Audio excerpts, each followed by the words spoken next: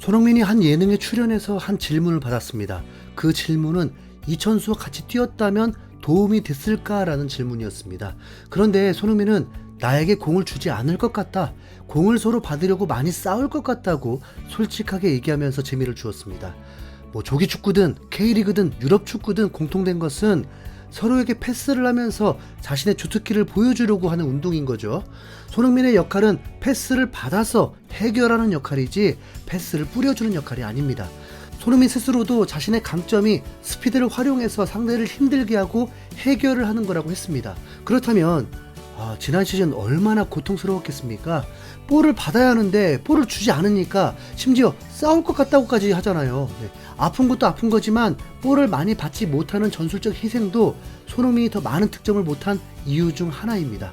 하필 플레이 스타일이 비슷한 선수와 같은 포지션에 위치해 있으니까 더 힘들었죠.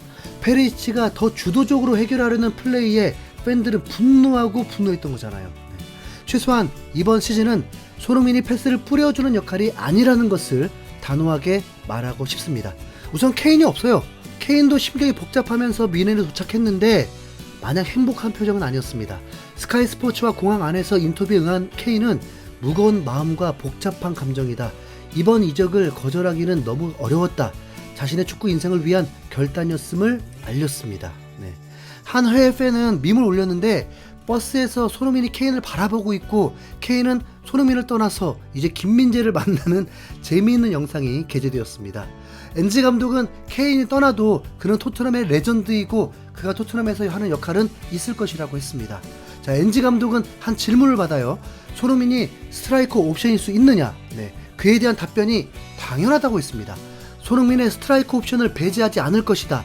나는 오랫동안 손흥민을 알고 있었다. 그의 커리어가 발전하는 걸 지켜봤다. 우리가 하는 방식과 미래를 고려하면 손흥민을 스트라이커 옵션으로 볼 수 있다. 먼저 케인이 없고 엔지 감독이 손흥민을 스트라이커로 활용할 수 있다고 했는데 패스 뿌려주는 역할을 할 리가 없습니다. 손흥민은 골을 넣는 거에 집중하는 선수가 아니라 팀이 이기는 거에 집중하는 선수이긴 하지만 엔지 감독도 손흥민도 피니셔라는 것을 알고 있습니다. 두 번째는 공을 뿌려주는 선수는 이미 데려왔습니다. 이적 시장이 아직 2주 이상 남았지만 로셀소는 엔지 감독이 함께 데리고 가려는 듯 보입니다. 로셀소 폼이 너무 좋고 프리시즌이긴 하지만 프리미어리그에 적응해야 된 듯 꼭 필요한 선수가 되었습니다. 그래서 현지 팬들도 로셀소를 보내면 안 된다고 입을 모으고 있습니다. 거기다 메디슨을 데려왔죠. 슈팅을 난사하는 부분을 우리가 확인을 했지만 이미 패스 질도 매우 좋은 선수라는 것을 알고 있고 실제로 메디슨이 토트넘의 색깔을 바꿔놓고 있다고 느껴질 정도입니다. 공격수가 슈팅을 하려는 것은 너무 당연한 것이고 오히려 공격 전술의 메디슨의 슈팅 난사가 공격진들에게 자신감을 불어넣어줄 수 있습니다. 그게 클루셉스키의 문제 아닌 문제인데 이 두 선수 너무 싸대기는 하더라고요. 그렇다고 이 선수들이 손흥민에게 내가 슈팅할 수 있게 패스를 해줘 라고 하는 게 아니거든요. 그냥 기회가 있을 때 슈팅을 했을 뿐입니다. 손흥민이 이 분위기를 인지하면 손흥민도 막 때릴 거라고 확신합니다. 손흥민이 괜히 올 시즌 자신감이 넘쳐 있을까요? 오히려 과거의 케인은 인터뷰에서 대놓고 손흥민이 나에게 패스를 많이 줬으면 좋겠다고도 했습니다. 왜요? 본인이 골을 많이 넣고 싶었으니까.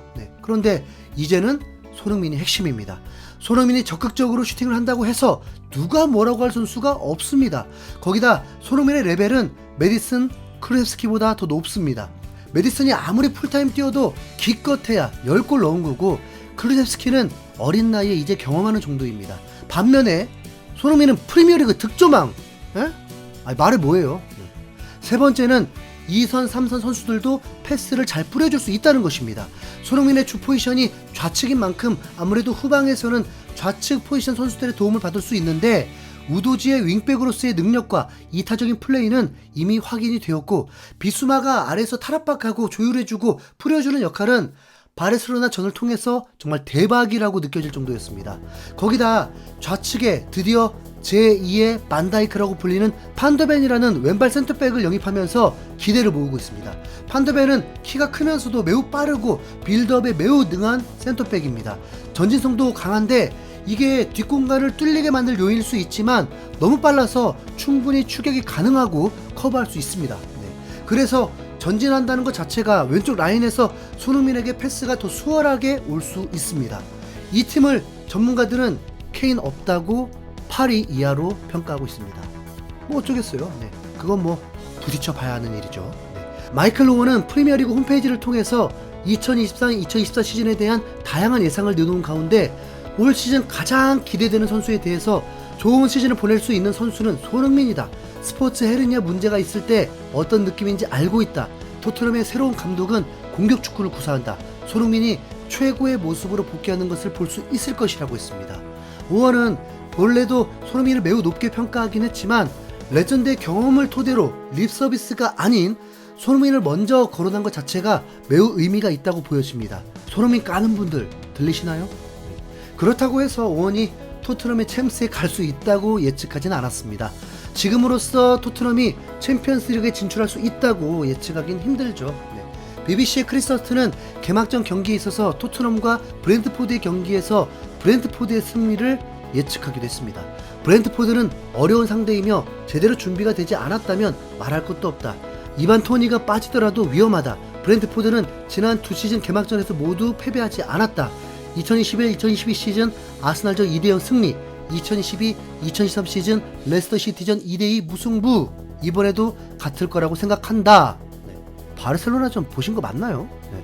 영국 풋볼 런던은 토트넘이 4-3-3 포메이션으로 나설 거라고 예상했는데 처음에는 케인을 넣었다가 갑자기 케인이 미넨으로 떠나게 되면서는 케인 자리에 히샬레송이 출전할 거라고 전망했습니다. 그래서 손흥민, 히샬레송, 클루셉스키, 비수마와 사르, 메디슨이 중원을 구성할 것으로 예상했고 에메르송, 로메로, 판도벤, 우도지, 골키퍼는 비카리오가 골문을 지킬 가능성이 높다고 봤습니다.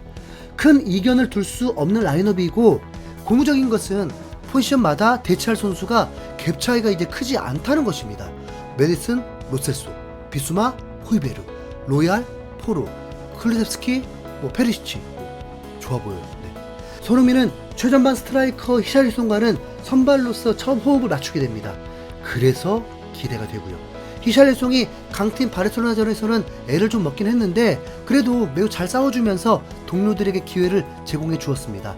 이에 맞서는 브렌트포드는 우선 지난 시즌 득점 3위를 기록한 이반 토니가 없습니다. 그런데도 탁월한 조직력과 토마스의 지략이 매우 위력적이라고 평가하고 있죠. 그런데 브렌트포드가 개막전에서 성적이 좋다는 건 당시 아스날은 지금의 아스날이 아니었고 레스터 시티는 강등된 팀 잡았던 겁니다. 브렌트포드 결국 그 정도인 거죠. 네. 오히려 토트넘은 개막전 훨씬 더 좋은 성적입니다. 개인적으로는 손흥민이 스트라이커보다는 윙어가 더 잘 맞는 옷이라고 봅니다. 프리시즌 동안 슈팅하지 못했던 거, 아니 지난 5월 리그 마지막 경기에서조차 슈팅 한 개밖에 하지 못한 그러니까 약 80일 동안 손흥민 슈팅이 총 4번 봤는데 개막전에서부터 최소 5번 이상의 슈팅을 볼 수 있길 기대해 보겠습니다. 결과는 지켜보죠. 네. 무조건 이긴다. 이상 흰수염고래였습니다. 감사합니다.